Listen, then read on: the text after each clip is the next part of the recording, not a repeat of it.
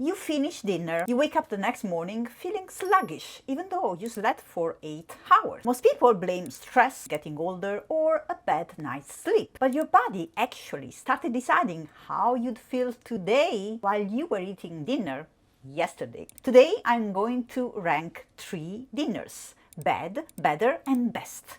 By the end of this video, you'll know exactly how to build a dinner that helps you wake up feeling more refreshed, supports overnight repair, and works with your biology instead of against it. I am Dr. Lucia Aronica, lecturer in epigenetics and nutrigenomics at Stanford University. My field is epinutrition, the science of how food communicates with your genes.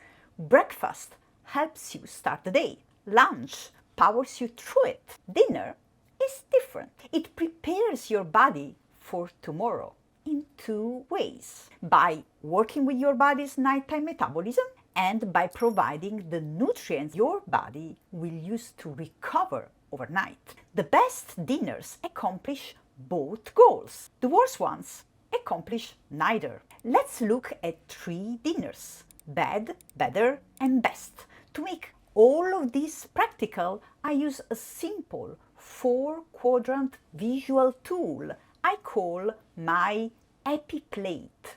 We'll build your plate 1 quadrant at a time, each contributing in a different way to healthy gene expression. Let's start with the bad dinner. Picture a completely normal evening. You get home late from work. You're tired and cooking is the last thing you feel like doing. So you make a large bowl of pasta with meat sauce, a side of vegetables, and sit down to eat around 9 o'clock while watching TV. As an Italian, that dinner feels very familiar to me, and that's exactly the point. Nothing about it looks unhealthy. It has protein, carbohydrates, even vegetables, providing fiber and beneficial plant nutrients. By most standards, it seems perfectly reasonable. Now, let's see how this dinner fits on my EpiPlate. One part already looks great: the colorful vegetables. That's the first quadrant, what I call rainbow vegetables. They provide fiber and colorful plant compounds that work as epinutrients, influencing gene expression in ways that help support a healthy gut barrier and a balanced inflammatory response. The rest of the plate is where we'll make improvements, but before we change what's on the plate, we need to fix something even more important: when you are eating. By dinner time, your insulin sensitivity has already been declining for hours. A randomized clinical trial found that eating the exact same dinner just 4 hours later produced an 8% higher blood glucose response and a 7% lower insulin response. Your dinner hasn't changed, but your body's ability to process it has. Then another biological signal arrives. As bedtime approaches, your body begins releasing melatonin. Most people think of melatonin as the hormone that makes you sleepy, but it also has another job.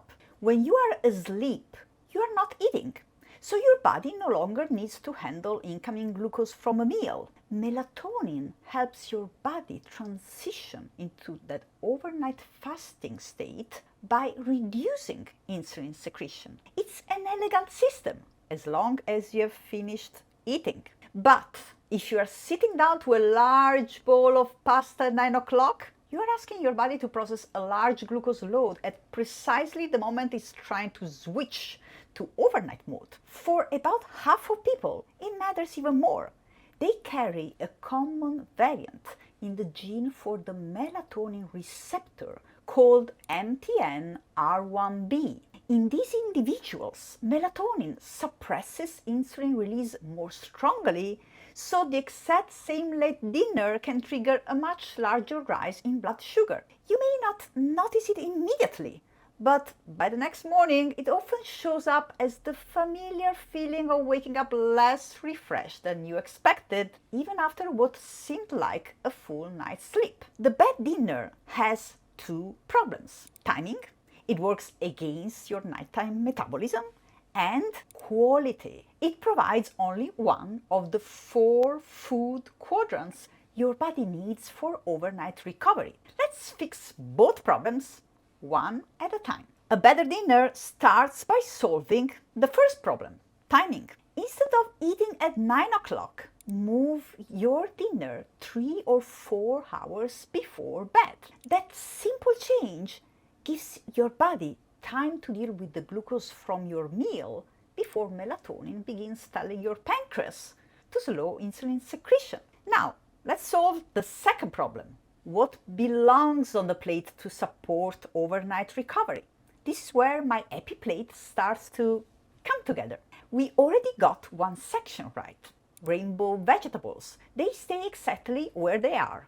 Now let's build the rest of my EpiPlate with 2 simple substitutions. First substitution. Replace the processed meat sauce with a whole food protein like fish, chicken, eggs, or if you are plant-based, tofu or tempeh. This is the protein section of my EpiPlate. If you exercise after work, as I often do, this section becomes even more important. I lift weights 3 evenings a week, and dinner is my opportunity to give my muscles the protein they need to recover overnight. Protein isn't something to fear at dinner. It's one of the reasons this meal matters. Second substitution.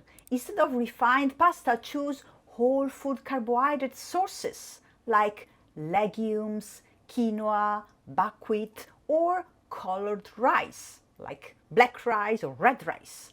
This is the energy plants section of my EpiPlate. Plant foods that naturally package their carbohydrates with fiber and a wide variety of beneficial plant compounds. This is also where my EpiPlate becomes personal. It's the only section that doesn't look the same for everyone. Unlike rainbow vegetables, this section contributes a meaningful amount of carbohydrates. That's why the right amount depends on your metabolism and your activity level.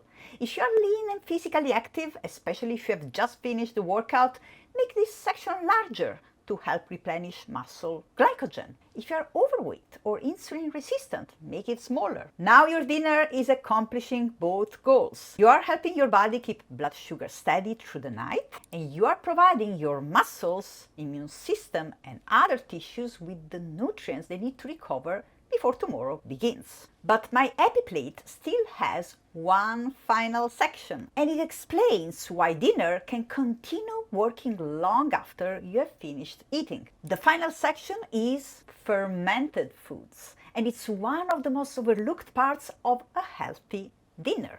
Think plain yogurt, kefir, kimchi, sauerkraut, or miso. Here's why they matter. Your rainbow vegetables and energy plants provide fiber, what scientists call a prebiotic, because it feeds the beneficial bacteria already living in your gut. Fermented foods contribute those beneficial bacteria themselves, probiotics, along with compounds produced during fermentation called postbiotics. Those postbiotics act as epinutrients, influencing gene expression throughout the body while helping maintain the gut barrier, support your immune system, and regulate inflammation. In other words, dinner doesn't stop working when you finish eating. While you sleep, your microbiome continues transforming your meal into compounds that support your biology long after you have left the dinner table. So here's what I recommend. Build your dinner around my EpiPlate. A high quality protein, plenty of colorful vegetables, whole food energy plants, and one fermented food. That can be 2 tablespoons of kimchi or sauerkraut alongside your meal, a small bowl of plain yogurt, or a glass of kefir after dinner. Start with 1 serving a day, gradually building to 3 to 6 servings. Consistency matters far more than quantity. Avoid chef's table or pasteurized version. They have lost their probiotic benefits. Now my EpiPlate is complete. Every section has a purpose. Protein provides the building blocks for recovery. Rainbow vegetables deliver plant epibiotics. Energy plants provide sustained energy packaged with fiber and plant compounds your microbiome needs. Fermented foods complete the ecosystem. This is what epinutrition looks like in real life. No counting calories, not obsessing over macros, simply building a plate that works with your biology instead of against it. You now know how to build a dinner that prepares your body for tomorrow. But tomorrow actually starts with your first meal of the day. If you're ready to upgrade your breakfast, you'll love this video right here. And if you'd like me to turn my EpiPlate into a printable guide you can keep in your kitchen, let me know in the comments. If enough of you ask for it, I'll put one together and add it to the description as a free download. Ciao!